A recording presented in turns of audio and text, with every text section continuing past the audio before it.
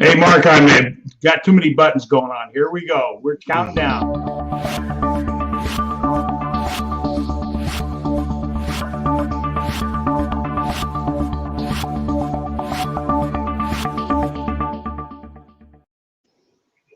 We are live. We are live. Good afternoon, Mark. Hey, what's up? You're up. I'm up. Everybody's up. You got to be up for Mindset Monday. Elevate your profits, right? You got it, my friend. It's a special day, as I always say, that, today is the best day of your life.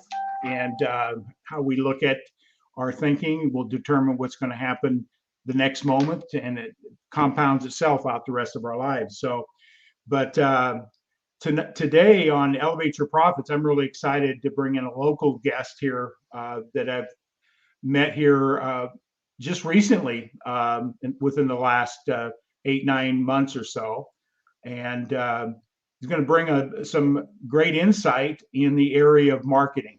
And I think it's important everybody understands success in business is the message you put out and the different mediums that you can market to. So can't wait to talk to our guests. But anything that about your day that you want to share with everybody? With me, I feel like a telephone, so, that's all. Communication 101, right? That is it. Alexander Graham Bell would be proud, That's it. Well, Mark, I think I'm going to make a quick introduction here. Tremendous. Bring Rob in. I met Rob through a forum that I co-facilitate. Unfortunately, we lost another great mentor, great influencer here in our local market, a gentleman named Chuck Harris, had facilitated a program called Excellent Business. And I was on his I still on the advisory board, and I picked up the mantles. But that's how we've met. And through the Excellent Business platform, it's same mission, is to help business people be more effective, work less, and make more profits. It was Chuck Harris's mantra there. So, but today we want to introduce Rob. And what's his last name? Well, here I'm the one to Mark. I'll have you say his last name. How about his that? His last name is Krieghoff. Krieghoff. Yeah. There we go. Yeah. So I never want to embarrass myself when I try. That's all right, man. You're doing great. You're doing great. Hey, just remember this, and I'll say this to everybody, and you'll probably get tired of me saying it, but my man back here, Miles Davis, like he said, do not fear mistakes, for there are none. And we all need to get over, even if you do screw up, have fun with it. Don't take yourself so serious out there, everybody. Enjoy the process, as I say. Exactly. So I'm ready to bring in Rob. Tremendous. Here he is. Hey, Rob. Good. There's the man. How you guys doing? Oh, we're doing great. How about yourself, sir? Excellent. Can't complain. Can't complain.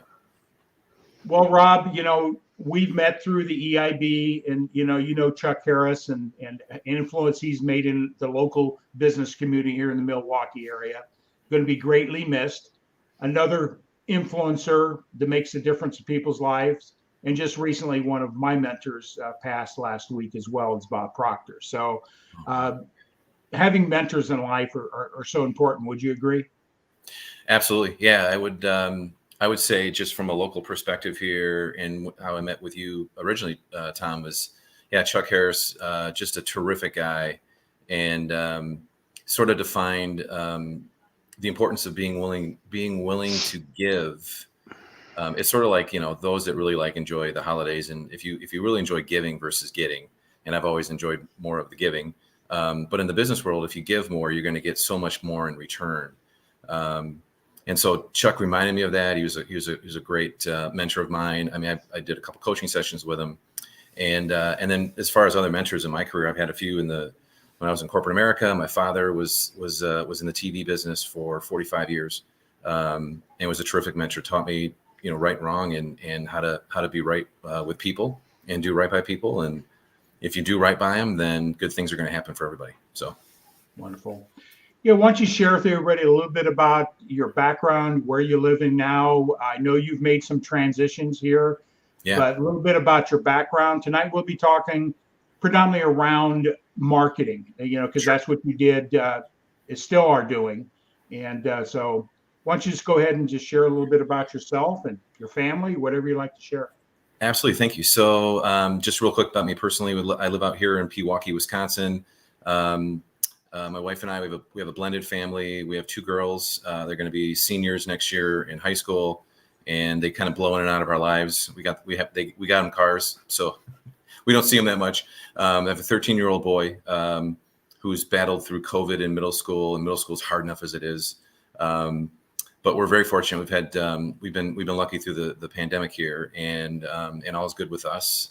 And then from a professional perspective, I started in the TV sales business back in 1993, and that was because my dad was in the business well before that. My grandfather was in TV right when TV started back in the late 40s and early 50s.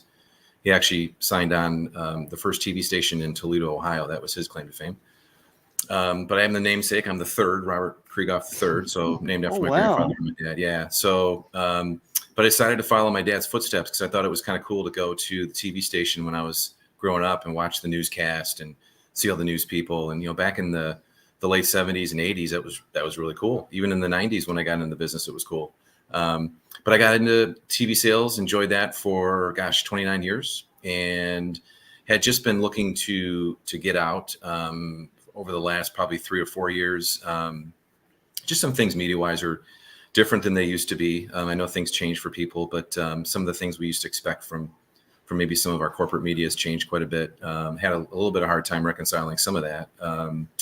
And then about 9 years ago, my wife actually got into real estate, and she started her own business, had a record year last year. And I work with small business owners my whole life. So I want to jump in. I wanted to help her with her real estate practice, which is what I'm doing. And then I had an opportunity to help a friend of mine out with his marketing firm, Paragon Marketing, out of Oconomowoc, Wisconsin.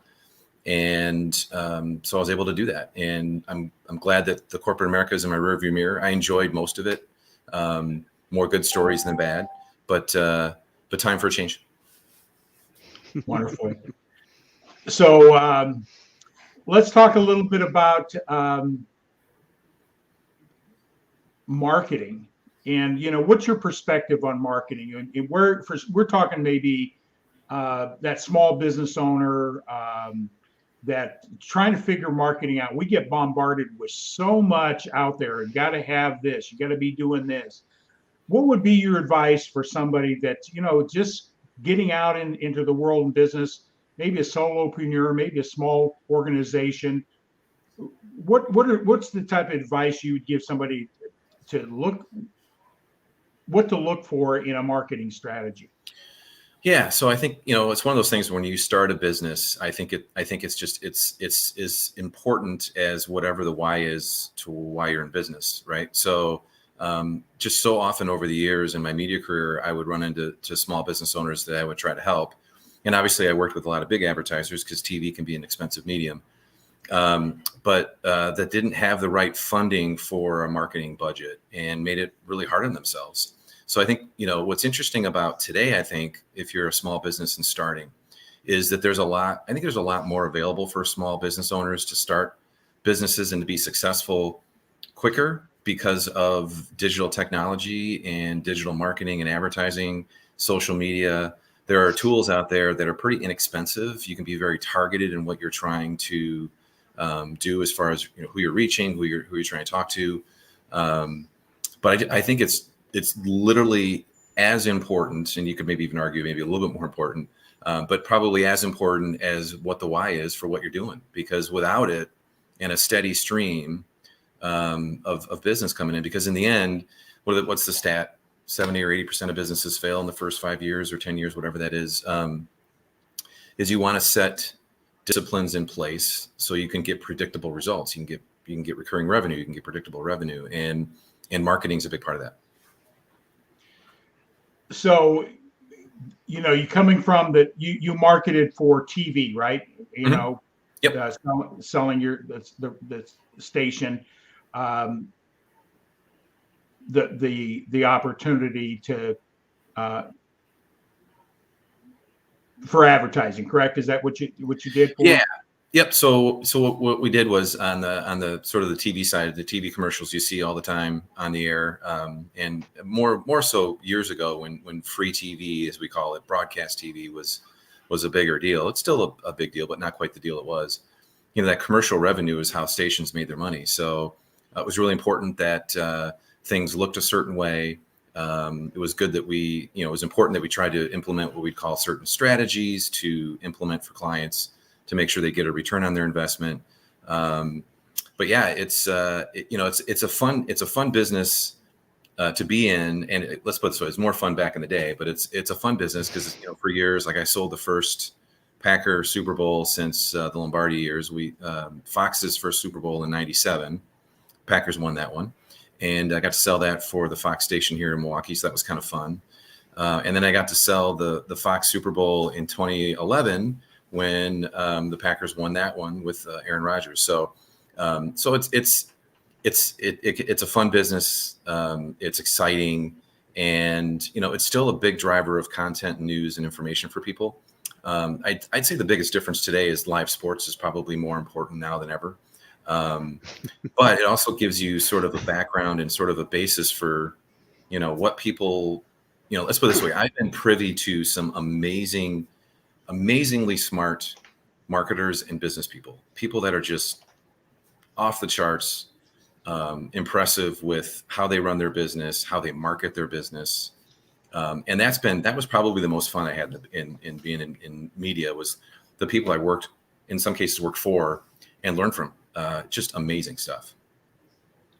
I think that's so important, is that what did you learn just versus doing a transaction? I think it's carried a long ways for you.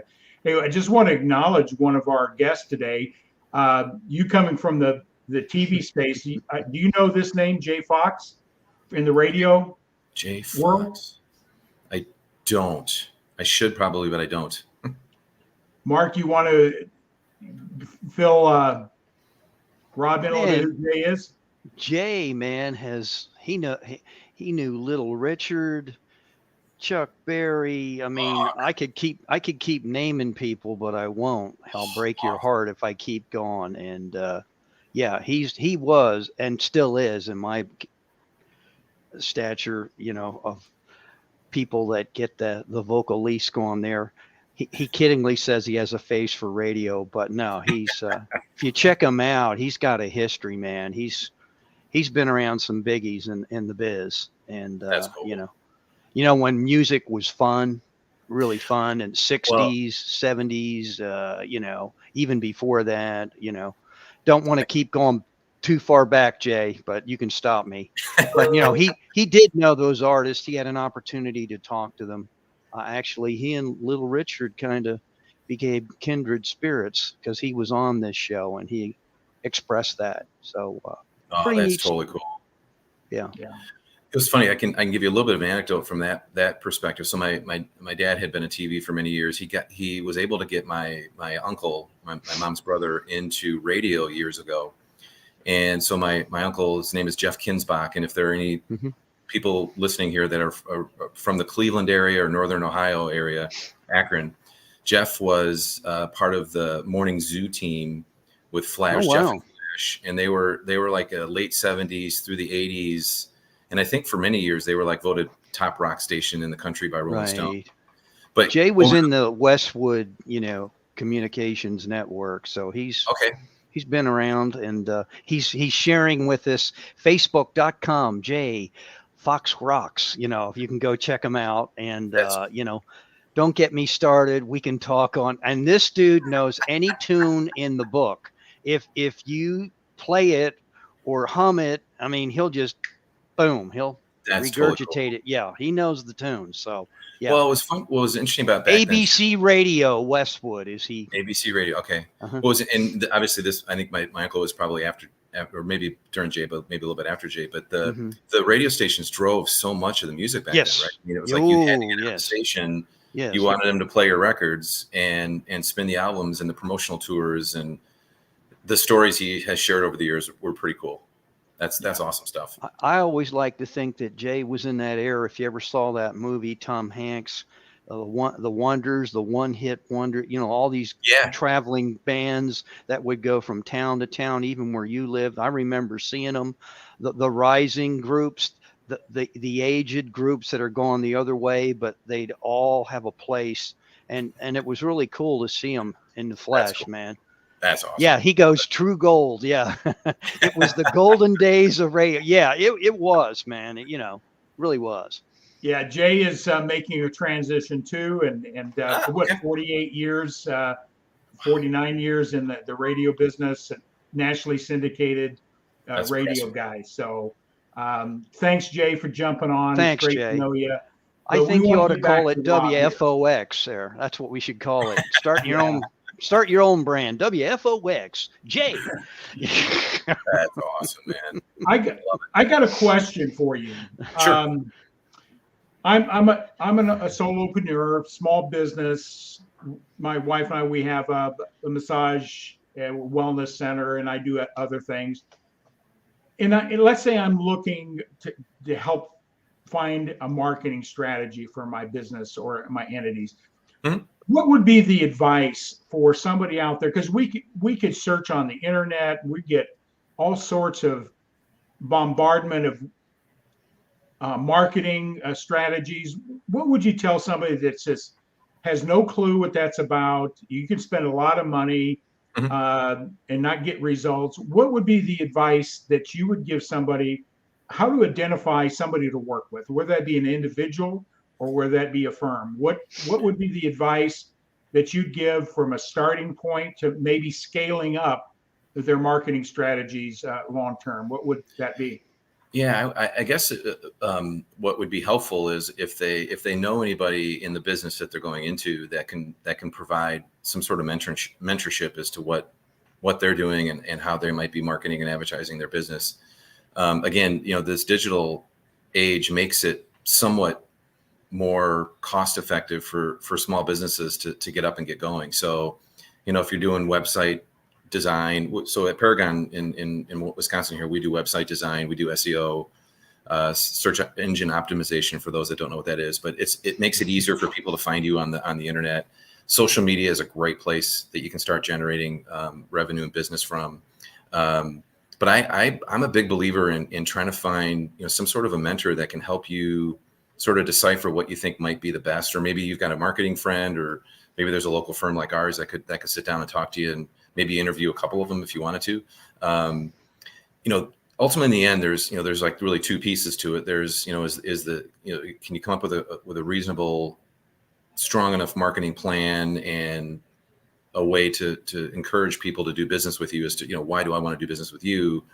On the flip side, what do they have internally and what are they doing with their business to be able to follow through on whatever leads come in. So they're so equally important. But I would say, finding a mentor or somebody in that industry that could help you sort of get started and what worked for them.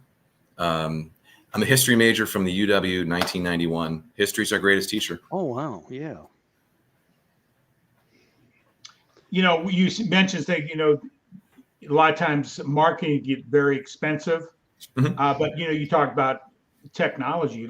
Just for example, we create our own broadcast studio with live stream. And we can, with strategy, can push that out to audiences that it's not costing us but pennies a month, really. I mean, you break it down. So this is a great channel. It's like having your own TV station. Yep. And pushing out messages and that type of thing. So that's a strategy that Mark and I have been through a program called Grow Live Academy by Ken Walls. We'll promote Ken a little bit. That's why we're here. And what else you think is important for a marketing strategy?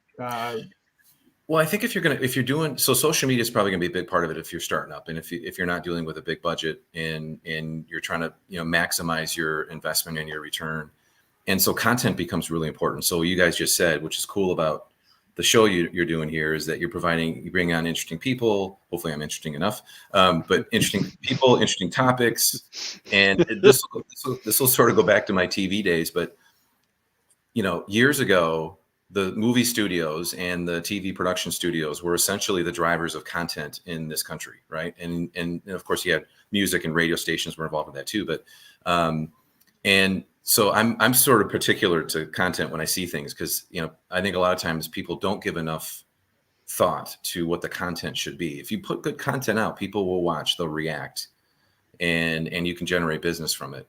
If it's regurgitated, if it's posting an article and that's it, it's stuff, everybody does that. It's not something that's going to set you apart. So, but something like this, you tie to video. Video is super, super powerful. Still, the most powerful way to reach anybody is through video, whether it's a traditional TV message or something on the internet like this.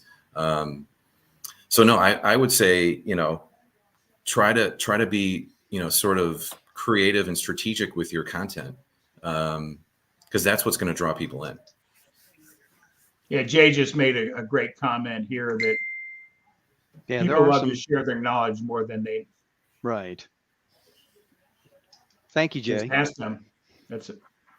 Like you were saying, find somebody that's doing it and just ask for some guidance and mentoring. So well, again, back in the day, anybody that sold media over the years, the old adage in the media sales world is, go spend some time with a small business owner who's successful, and they'll spend an hour with you talking to you about how great their business is. They love sharing their story, and these are great stories. I mean, I truly don't think, personally, my opinion, especially the last couple of years, people don't really understand the value that small business, the risks that small business owners take, and the value they bring just to everything we have in this country. It's just they are truly the backbone of this country and this economy, and there's a lot of respect that goes into that. So as a media rep, when I was first starting to sell TV, I'd go out and I'd go see my guy at the Dodge dealership, and he talked to me about, or the used car guy. I remember the used car guy. Last name was Skinner. And he would sit there and tell me about his auto days. And I mean, I learned so much from that guy. So, yeah. So you've seen the transition, what's happening in TV? Is it, you mentioned it in the past with me, there's been a shift, like we're always in a changing dynamics in business and marketing and that. What are you seeing some of the biggest trends that are moving forward, or what I'd say cutting edge? So on the TV side, it's there's a lot more streaming available. So I'm sure everybody has subscribed to additional streaming services during the last 2.5 years. So then it's like keeping track of, do I have Hulu TV? Do I have Roku TV? Am I paying for cable? Do I have satellite? What do I have, and how does this work? So no, I mean, it's gotten pretty crowded right now. And I think from a broadcast TV perspective, I think stations need to be locally focused, and they need to be more focused on local issues. They need to spend less time, in my opinion, on national issues and national news, because there's plenty of outlets for that. You don't need it on the local side. And then I think from a streaming perspective, I think some of these platforms are going to start to, maybe they're going to eat each other up and consolidate and that sort of a thing. But there's just so many out there that they're going to have to sort of find their way through this. There's still some challenges with like local regional sports networks aren't available on a lot of these streaming services, which is a real problem for them. If I'm not mistaken, there's a local network here in Wisconsin, Bally Sports, which carries all the Bucks games and the Brewers games. And I don't believe you can get them on any of the streaming what they call over-the-top TV, OTT platforms, which is a challenge for them. So I think it's a matter of trying to adjust on the fly. But I think if you try to be local, and whatever you're offering to the local community, as much local content as you can, I think that's really smart, because I think that's what people are more interested in. So you made the transition from the corporate. Yeah, I always tell Mark, anytime you're in sales, you're in business for yourself. You have to have a whole different mindset. You're controlling the outcome and the destiny with somebody else's product or service, but you still have to treat it like a business. In the area of the marketing. You know, I had some work done by Paragon in the past. They wonderful. Skip and his crew, and you're now part of that team, are awesome. I had a video shot. What's when it comes to marketing, there's a lot of things we can do like this. We can, you know, be as as authentic and natural as possible. But where does professional video and editing come in the marketing strategies? Is that something that should be done on the front end, or you migrate into it? Because we see all sorts of things out there. You know, we're seeing ourselves in a casual environment. This is marketing. We're bringing value and content to an audience. But where do you go to upgrading your lighting, or having somebody film you, edit, and that? What would you recommend there? Yeah, I mean, so what's amazing is the video that your iPhone can take or your Samsung phone can take can be pretty good. Video is a lot easier for people. It's a lot more accessible today for people than it was 20 years ago. 20 years ago, if you wanted to create a really, really good looking TV commercial, as an example, a really good video, you probably had to do it on film.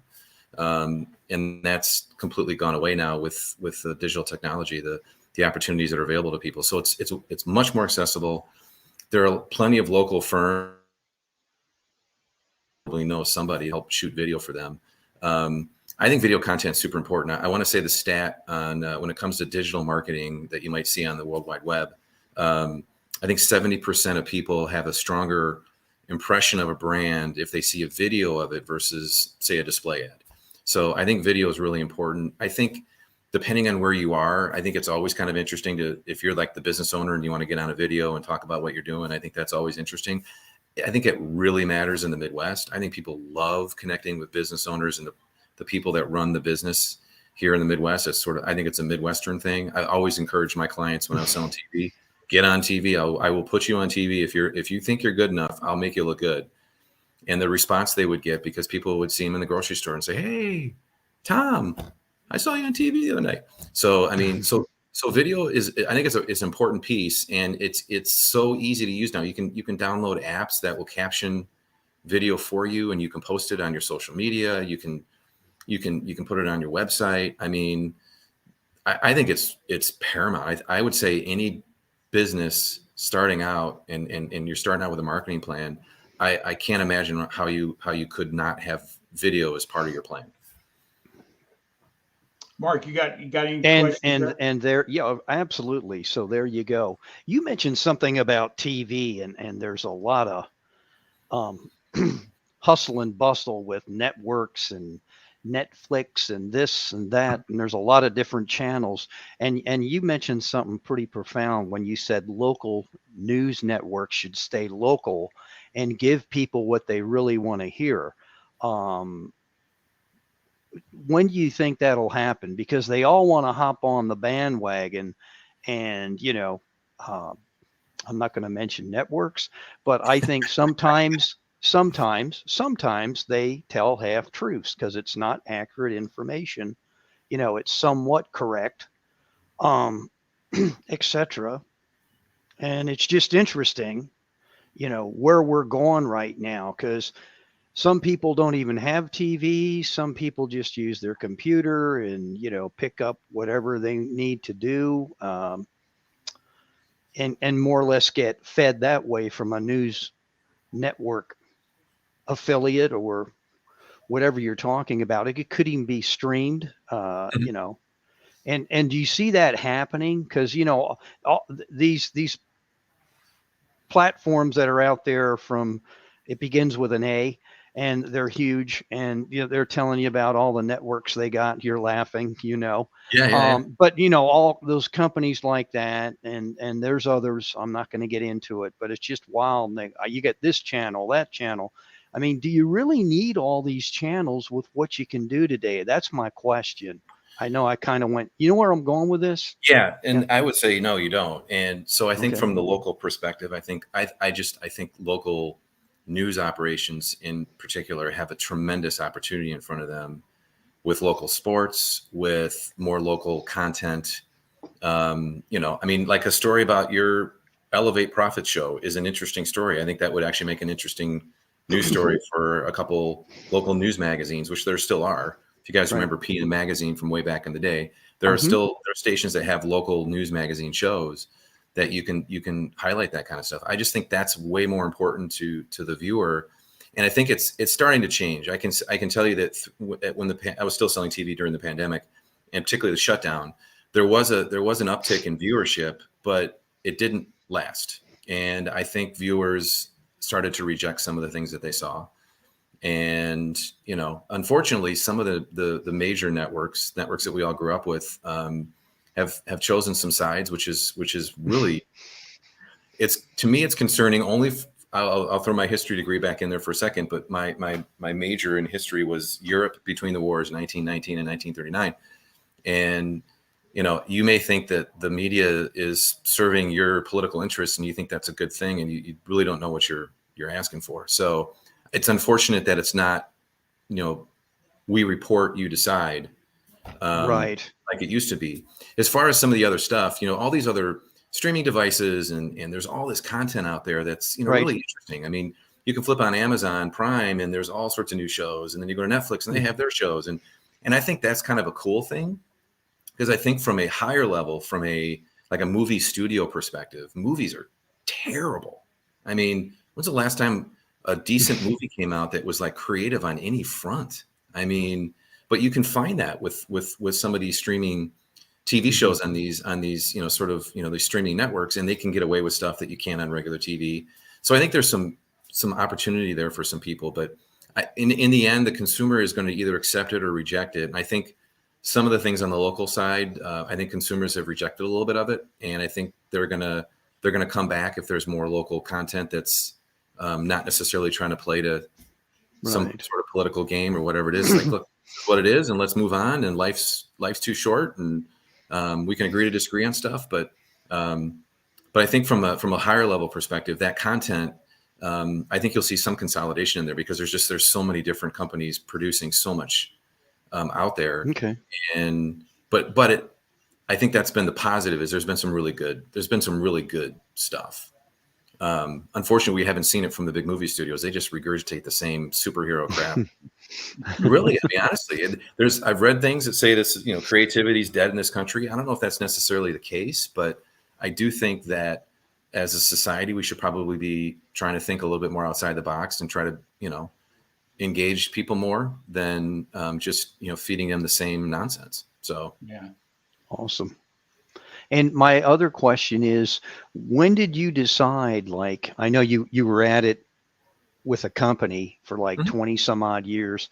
What kind of like pushed you out there on your own? Did you walk in one day and say, hey man, I could be doing a lot better or more myself? Or did you feel like you were handcuffed? Did you? Yeah, I mean, you're definitely, when you're married to corporate America, you can definitely be handcuffed, because you're handcuffed to that paycheck. And again, small business owners, if you've never owned a business and not really knowing where your next paycheck comes from, I mean, that is a humbling thing. So I think a lot of people don't really understand how hard that is. But no, I actually had clients coming to me and asking for my opinion on what they should do with their marketing and advertising. And since I was essentially carrying water for a station, I couldn't really, I mean, I would give them as the best advice that I could, but it would only carry us so far, because I wasn't really, you know, sort of being I was being as impartial as I could, I guess. So that was a big push for it. But, you know, the other piece, quite frankly, is that, you know, the business has changed. It's not what it was. And I think it's going to be even changing more in the next couple of years. From a TV perspective, local affiliates versus their networks, those aren't good relationships. The networks, what happens now is, if you'll see a new show on, say, CBS or NBC, later that night or the next day, you can get it on the NBC streaming or the CBS streaming, which takes away from what you had in prime time the night before. So they're setting the table for some pretty big changes, I think, which, again, on the flip side, is what I shared before. I think it creates a great opportunity for local stations to be able to provide more local great content for their communities. Awesome. I got a question for you, because you made that transition from the corporate to working with your wife in real estate. What type of things are you transitioning to to help, you know, build your brand, build your your business through your real estate, you and your wife. What are some of the things you're implementing or have implemented and plan on implementing? Because we want to speak to those people that that may be in the real estate or out there by themselves. What are some of the things that you've done with your experience and applied for yourself and your business? That's a great question, Tom. So I would say, the biggest thing is, working your sphere. So if you've got a decent network on LinkedIn, work your sphere, talk to people. Again, be willing to give. That's a great way to get the conversation started. But other tools, which like most real estate brokers will offer, like CMR tools, email reminders. You can send out calendars, those kind of things to maybe prospective clients or maybe old clients to keep you in mind for them. I personally use Constant Contact. I like Constant Contact a lot. I can keep I think up to 2,500 contacts in there, and email as often as I need to for them. It's a great way to stay in front of people. Email marketing is still the number one way to market for a small business. So that can be real powerful. On the real estate side, we have bought leads. We're buying some leads now. The leads haven't been good lately.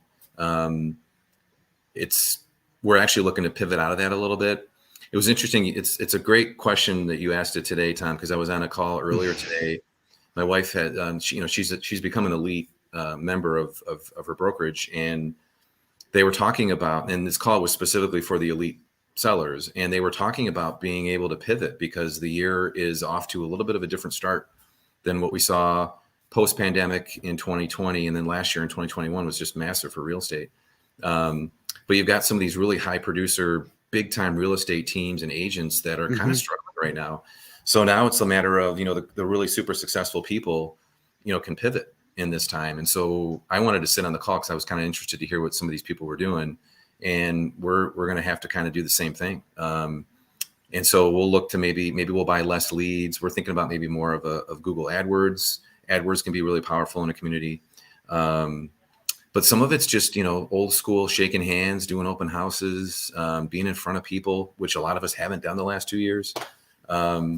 I think that could be part of it because a lot of people haven't been doing some of the in-person stuff that they used to do.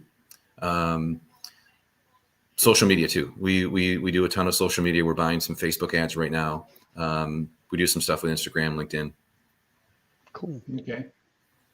And that strategy would work, I would think, about any business. I think, it doesn't make any difference what the business, you still got to apply some basic fundamentals and processes. So with the new trends out there, such as we're doing here, how important do you think it is for people that aren't streaming? We've got some insight of what's really happening in there, but what would you say to somebody out there who says, well, I'm afraid of getting in front of a camera. I'm not, I got a face for radio, Jay, right? All these things that well, that's true. I do, but yeah. I would say I just think it's really important. I think people want to, it is a little bit of a, I'll think of the word here, the right way to say it. We are a little bit, as a society, a little bit into ourselves. So like a lot of the young people don't have a problem putting themselves on camera. I think it's important for people to see who they're potentially going to do business with. I think that you can come off personable that way. Mm-hmm. I personally think that it needs to become less about how great you are and that I'm, the best sales rep ever and my company's number one. And I think it's less about that. I think it's more about, trying to be humble, and maybe it's just I'm a Gen Xer, so maybe it's just the generation I come from, but I'm not one that wants to, if my wife our practice had a $7 million month in December, which she had years where she did less than that. And so some of her colleagues will go out and promote how great their month was. Oh, and gotcha. We're not comfortable with that. It's like, that's just because we sold $7 million of real estate doesn't mean you should do business with us. You should do business with us because we're great communicators. We'll help you sell your house for more money. We'll help you find that dream home that you've been, want to downsize to, whatever it might be. And so I think being smart with how you put yourself out there, being humble, being willing to give, I think will serve you so much better and will help you stand out so much more versus the majority, I think, of people. And I'm not trying to knock anybody else. That's not the point of this. It's their choice. I just think a lot of this stuff is self-serving, and I'm not really sure that sells you enough to who you're trying to sell to. If that makes sense. Yeah, it does. I think what you were saying in there is that people are, I'm a Simon Sinek guy. People don't care about what you do and why you do it, your success in the past. What can you do for me now? And what is your why? Exactly. Yep. And being authentic. You saw a rollout. I messed that up. That's it. That's just, hey, I'm just Mark and I were out here and having fun and want to bring good message. And that's going to resonate with a lot of people.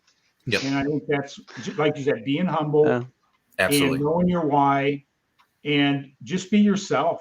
Right. You're going to draw more people that resonate with you than trying to be something you're not. Well, then you got a miserable client relationship, right? I agree, and it's interesting. I'm also, part of the stuff I'm doing with Paragon is I have this new direct mail partnership. There's a company that had reached out to me a year ago, and I couldn't do much with it because I was still working for the TV station. But I've been jumping into it now, and they've got this really great platform. They make it super easy, real turnkey, a lot of stress off the business owner if you're a big direct mail fan. And I was on a call with this company earlier today, and it's just it's still a little salesy. It's like, I guess my takeaway would simply be you don't have to be everything to everybody. You're not going to be everything to everybody. And if I can't convince Mark that I'm the best marketing guy in the world, move on. Go look for somebody else. There's plenty of people out there. It doesn't take that much to be successful if you do right by people. And so I think there's all those things kind of work together. Okay. I got a question for you, because marketing, it's got to be a strategic, ongoing investment. And from your experience, and I'm sure you've had it from dealing with, corporate type of clients all the way down into our market, the small business owner, in a business strategy, what would be the recommended budget that a person would put out in percentage of revenue that they should allocate to marketing? Do you have any advice there? Yeah, that's a great question. So, I mean, I've done a lot of the clients I worked with when I was in media were professional services. So, home remodelers, HVAC, because the margins are pretty good in that business, and the average sale can justify a $5,000 a month TV schedule as an example. But you want to sort of back out your do your math on an ROI, like what's one deal worth to me. And there's different ways to crunch that. You could probably search on the internet and find different ways to do that.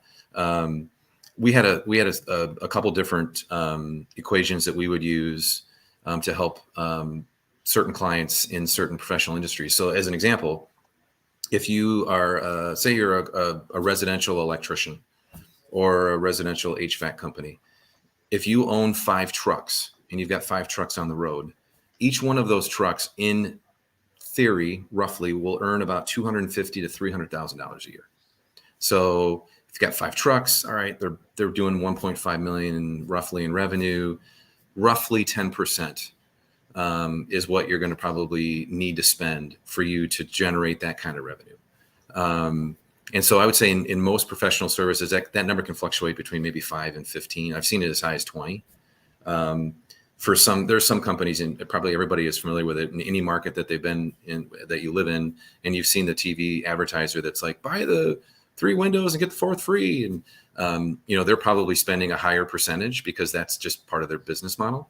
But I would say if you're in that 5 to 15% range, you're probably going to be in the right spot. Yeah. Go ahead, Mark.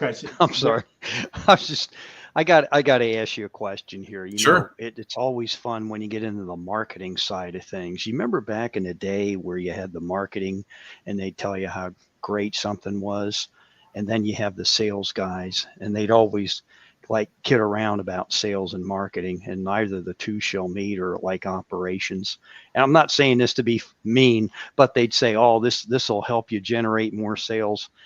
I remember someone always used to say, well, yeah, give me a track record on that and report back to me, see how you're doing. I'm kidding, but I'm going back a few years on that.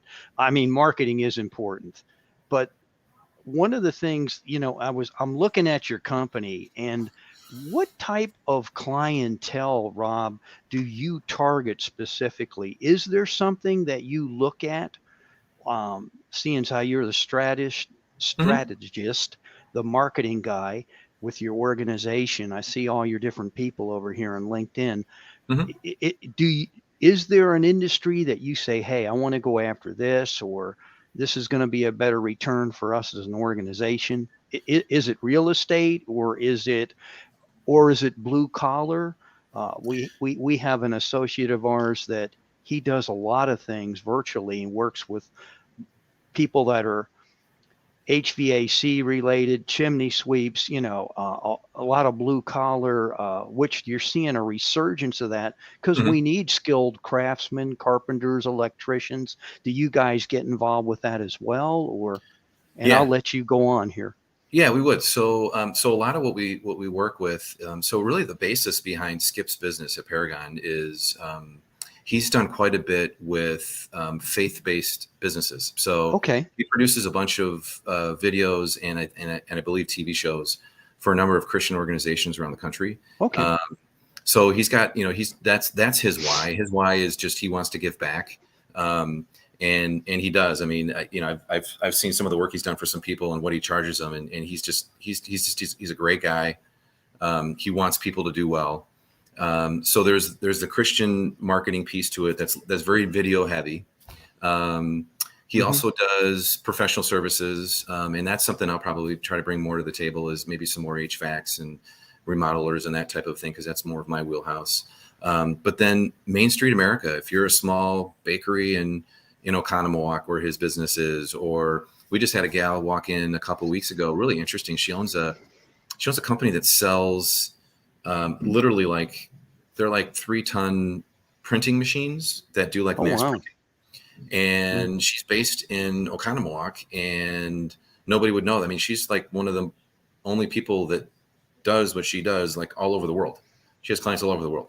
And she just happened to pop in because she was working with an out of town marketing firm where she didn't even know how to log into her own website, and didn't even know if she actually owned her own website, which is actually a trick for some people, by the way. It's, if you're a small business owner and you're working with a company who will include the website, there's a very real possibility you don't own your own website, which is a problem. Can But you she came in. explain to us why that happens? Yeah, so a lot of times it's a business savings plan. Okay. So if you buy into, say, certain CMR tools with certain medias, I know that Right. there's been some tools with the traditional Yellow Pages years ago. Their business has changed. It's changed a bunch of different times, but there's a couple Right. different companies through them now where you can walk in as if it's your business. I can say, hey, Tom, I'm going to put together a website for you. I'm going to help drive traffic to your business. This whole CMR thing, we're going to do everything for you. And you pay them, I don't know, $1,000 a month, $1,250 a month, whatever it might be. And then, what happens, unfortunately, over the course of time is sometimes the responsiveness to changes you need on your website aren't quick enough. You might be waiting on hold because you're having an issue with your website and you can't get a hold of anybody. Right. So that's different for everybody. We're just more of, when we have that specific conversation about, say, a website for a company, is we're here. We're always available to help you, and we're a phone call away or a walk away from you, depending on where you live, to make it easy. And if we produce something for you, you will own it. Don't want to get into ownership issues. That's silly. But sometimes these companies will do that to control certain things. I'm not totally sure why they do that, to be honest with you. But no, that's Gotcha. actually a very real problem in certain service businesses, that they're all of their website, their CMR, everything is managed by another firm, and they don't really have a whole lot of access to it. Okay. Wow. That's Yeah, a I little bit. think that's important. You own your website, all the content, the URL, so you can pack and move it wherever you want. Is that what you're saying? Yeah, and I mean, in the end, if anybody's watching this and if they don't know, I mean, look, some people are probably like, oh, of course I own my website. They might not. If you're not sure you do and you want us to take a look at it for you, we're happy to do that. but it's a challenge. We've recently run into a client who wanted to move the platform over to us, and their current provider won't let them do it. And the challenge that this potential person might have is that this company could just shut it down completely. So like as of 7:00 tonight, this company who's been in business in said town for 10 years has no presence on the web, completely gone. Every page gone, all the CMR stuff gone. Yeah. I mean, it can be a little, and I don't know the whole details of both sides of it, but we do transparency. You know, if we're going to help you with something, we've got CMR tools, we've got a web design team, everything that we do for you, you're going to own. And it's just simpler in that respect. We're your partners in success. We're not looking to try to control it. Cool. Wonderful. Yeah, I will tell you, it happens more often than you'd think. Yeah. Is it because financially they think it's a good deal for them as a small business owner? Because they save a few bucks on the front end. Yep, you're absolutely right. Yep. Okay.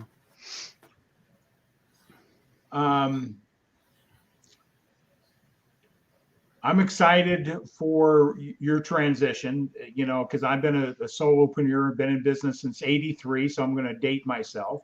Only a few times have I worked in corporate environment, and I've learned a lot from it. But I always like to ask this question. We talked about it in the beginning, is that finding mentors. And myself being a personal development coach, and so many people in the business world don't have mentors, don't have some coaching. Who are some of the most people that influenced you the most in your career? Somebody could be nationally that we all know, or somebody else. What? Well, initially it was my dad. My dad was the yellow legal pad guy for the family meetings, because he was a sales manager, and we used to always tease him as we were growing up. We were kind of an extension of the sales staff, but he sort of instilled in us, you know, right and wrong. And if you say you're gonna do something, do it, and do it on time, and do it right. Don't take a shortcut. So he was easily my biggest mentor. On sort of a larger, like I guess a sort of a national scale, I'm old enough. Zig Ziglar was one of the first people I listened to on cassette tapes in my car when I was first selling. Brian Tracy was fantastic, absolutely terrific. And then when I got a little bit deeper into media, I actually worked with some folks, a couple different consulting firms. There's a gentleman by the name of Jim Doyle.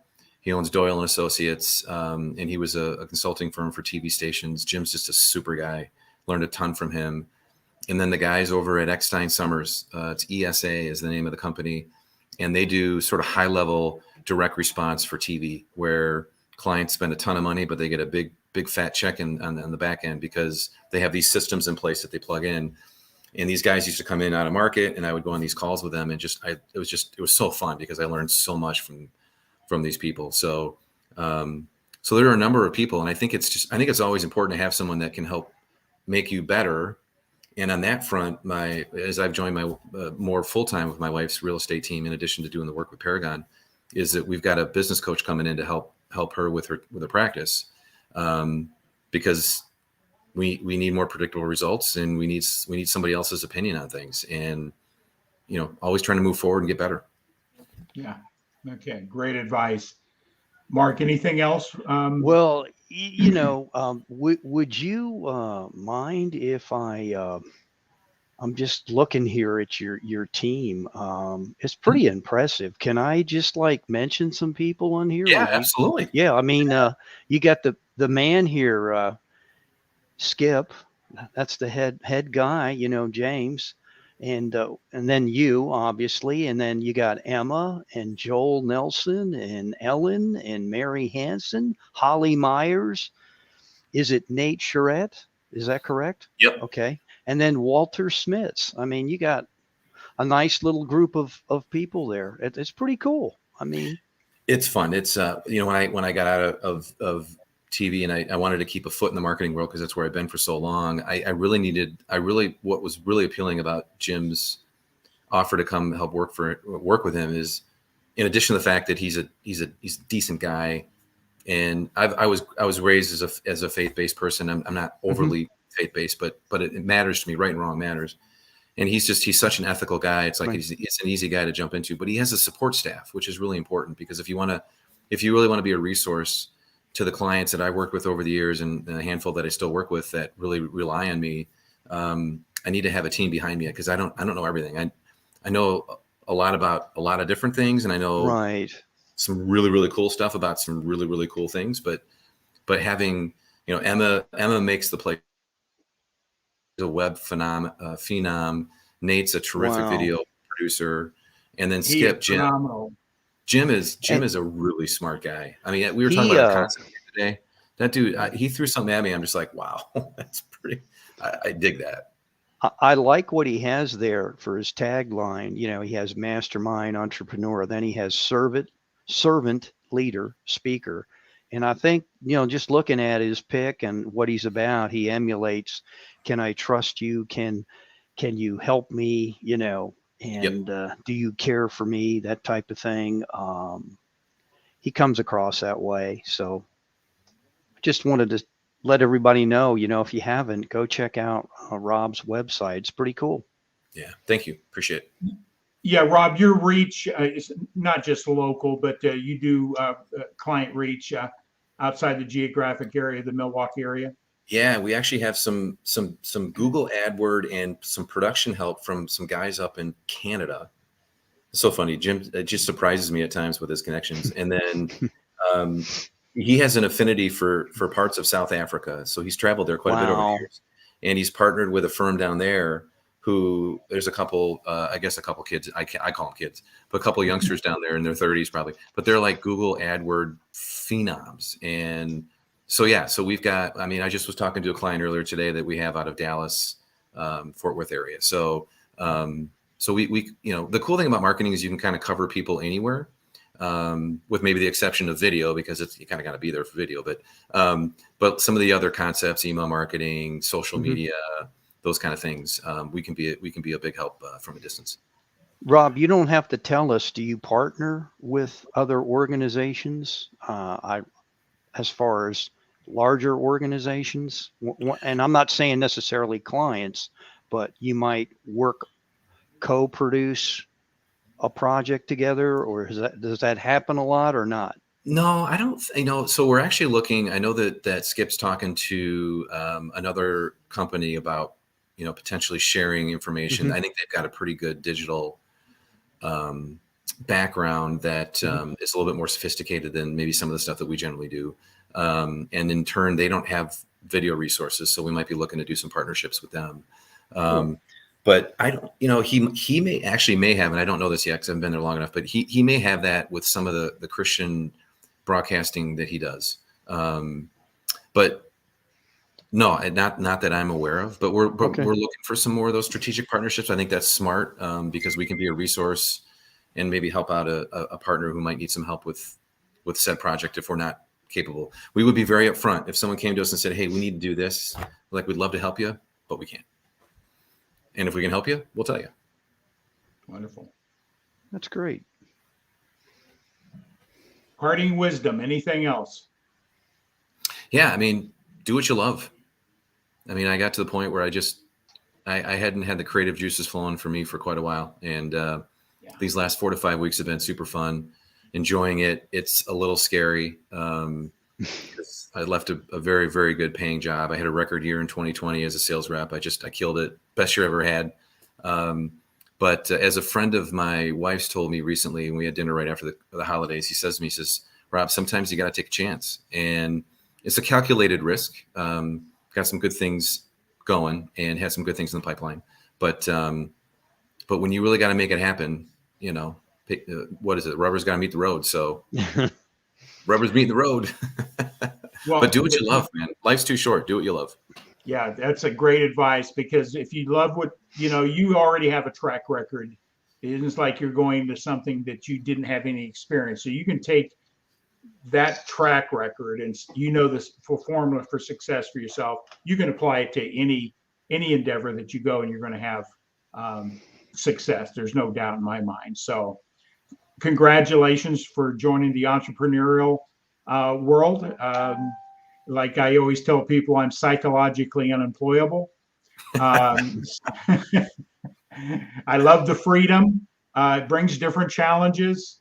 The uncertainty in Mhm. itself is interesting. A lot of people can't take that, but I built 40 years of being an entrepreneur, and it offers a lot of different rewards than just economics. And It does, and I think as you get to a point, you guys can, you're a little bit older than me, so you can speak to this. But you know, in the end, it's, you do make a decision at some point in life where maybe it's not always about money. And you know, I think the last 2.5 years for a lot of people, I mean, I guess I would be part of the Great Resignation if you wanted to call it that. But you know, I wanted to enjoy what I did, and I wanted to have a passion for it again. So so thank you. I am cautiously optimistic. No, I think we're going to be just fine. And but it takes time, and it's going to take a lot of work. It's going to Hey, take a is lot. that your fan club in the background there? Yeah, I that's hear my 'em. dog. That's okay. My wife just got back from a showing, so That's all right. all right. At J Fox says, perfectly spoken. Enjoy your life. thank you. Appreciate that. Thanks, Jay, for your comments tonight. Let's see where, and Robert and Randy and a number of people didn't come in and make any comments, but we had a pretty good stream of people coming through tonight. Right. The contact information, I'm gonna put that banner up here again for you. If anybody wants to reach out to you, any marketing questions, I'm sure you're open to that. Absolutely. Happy to help. So your email is there and the website. So we encourage anybody out there to reach out to you, and I'm sure you'll give them great advice. So we're going to put you in the green room under Uh-oh. contract. It was blue M&Ms, correct? Yes. Blue M&Ms. I like blue teeth. Yeah, just hold tight. Mark and I will wrap her up here. Cool. Thanks, guys. Thank you. Marketing, transitions, do what Yes. you love. You know, how many times have you heard that? And great advice, and hopefully that will, you know, cause people to, you know, I like the idea of jumping out of the airplane and figure out how to open the parachute on the way down, you know. So yeah, so I thought we had a great guest. I'd love to have him back again. Maybe it'll sure. be more focused on some sort of strategies, that type of thing. But I really enjoyed our conversation. Any closing remarks from yourself, Mark? You know, I'll say it again. I say it every morning. Service to others is the rent you pay for your room here on earth. So that's what it's all about. And you know, all these people that come on here definitely, you know, just like Jim, his boss, he goes by Skip, I guess that's, but he has servant, leader, speaker, and you know, kind of cool. So there it is. Yeah, personal testimony, great organization. Skip and his team did my personal video, my wife video, did a wonderful job. Nate is phenomenal photographer and editor. Just accolades to that group, and I will continue using them in our businesses as the need comes up with that group. So that's my personal endorsement. But we got a couple announcements I'd like to make. Yeah, well, go for it. Tell me what you got going on here. I mean, there's some people coming up, or your Well, interview. Well, let's talk about Wednesday. This is not Elevate Your Profits. Ben Gay the Third's coming in on GeForce, and a tribute to Bob Proctor. That's neat. Yeah, you know, because Bob Proctor worked for Ben Gay the Third, starting out in his early career in sales and network marketing and that. So that's going to be a great. He has seen Bob grow from the struggling time in one's life to all the way to Bob's legacy that he's left. So I can't wait for that interview. Who do we have coming up on our calendar? Oh, yeah, that's one of Ben's books. That's one, right? Yep. And then, you know, you got two. And then if you're crazy enough, you got three. And I'm sure 4, 5, and 6 are right around the corner. Right? Knowing Ben, there's something up his sleeve. I would like to see him write a book about his conversation with Charlie Manson. That would be awesome, man, to have that dialogue. You know, I don't know if he could do it though. But or even the Apollo astronauts, what he did with them, be some cool stuff. Yeah. Getting the mindset, helping them be Mm, prepared to go to space. I mean, yes, think about that challenge. What yes, that brings them. absolutely. Yes. Next week, is Barbara Lassard.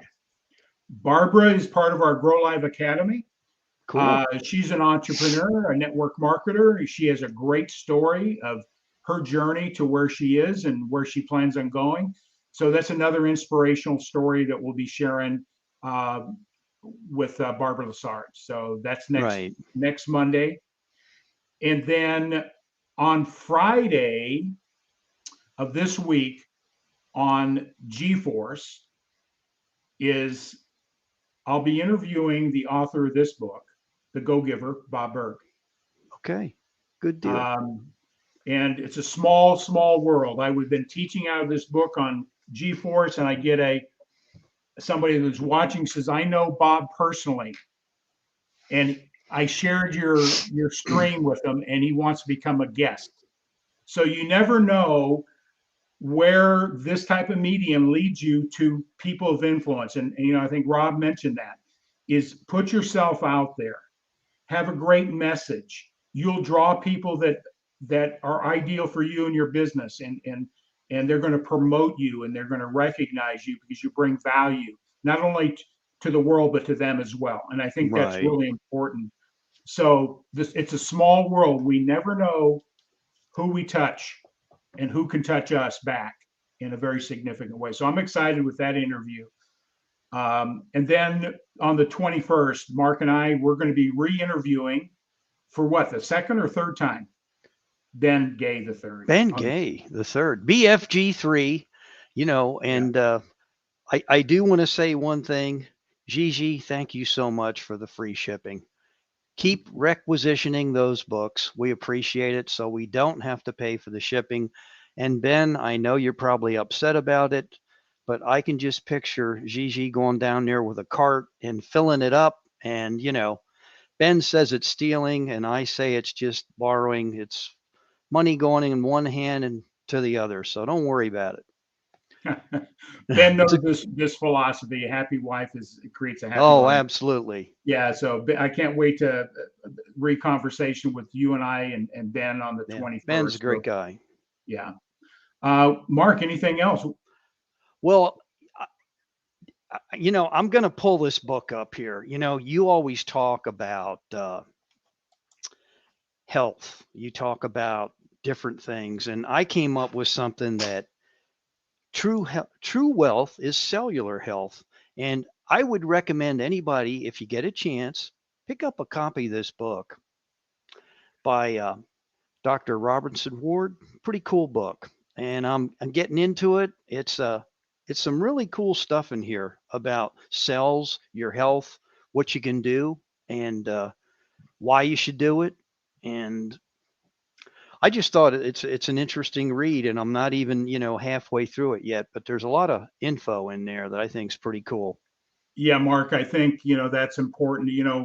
Health is the first wealth. I mean, no matter what we do, if we don't cherish our health, no matter what assets we accumulate, if we don't have a quality of life on a health side, that's our first level of wealth. And that leads us to a little bit about our sponsor, our corporate sponsor, ASEA. And we'll close with that with a video. But it's in direct relationship with Mark was sharing a book. It's a new technology, new science, 3 Nobel Prizes behind the discovery of redox signaling molecules. And this company's making a difference in people's lives in 2 ways. One is health, and the other way is an opportunity to take a very unique product to the marketplace. And anybody wants to know more about that, I'm going to put up our banner here, and then we'll sign on out. So, let me find that. And you can see, folks, as we're rambling here, you don't have to be a wizard to live stream, because if Tom and I can do it, anybody can do it. And it's about authenticity and just being yourself and having fun with it. Yeah. Yeah, so that link that I put up there, Linktree/4 Rivers, gives you an introduction to what redox sodium molecules are. All our Mark and I's contact information is there, so you're free to reach out to us. With that, Mark, you ready to wrap her Oh, up? absolutely. Yeah, Are you absolutely. two-stepping it tonight? Are you dancing? Tonight is kind of a off night. So, but we did go Saturday. We had a great time. Thank you for asking. And we're getting better. It's kind of cool. We're doing some moves, and it's really fun. And I'm enjoying it. Did a little two-step, did a waltz, did a country cha-cha. And it's all good stuff. Country swing, Mark, country. you're setting yourself up. We're gonna get No, somebody from not Paragon really. out there to do a Yeah, video I of know. Yeah, you. get a video of me. Yeah, I'll wave to you. All right. Well, I'm ready to shut it down. And Mark, Absolutely. Absolutely. thanks everybody for jumping on, making your comments, and you know how to get a hold of Rob. So, with that all said, we'll close her down.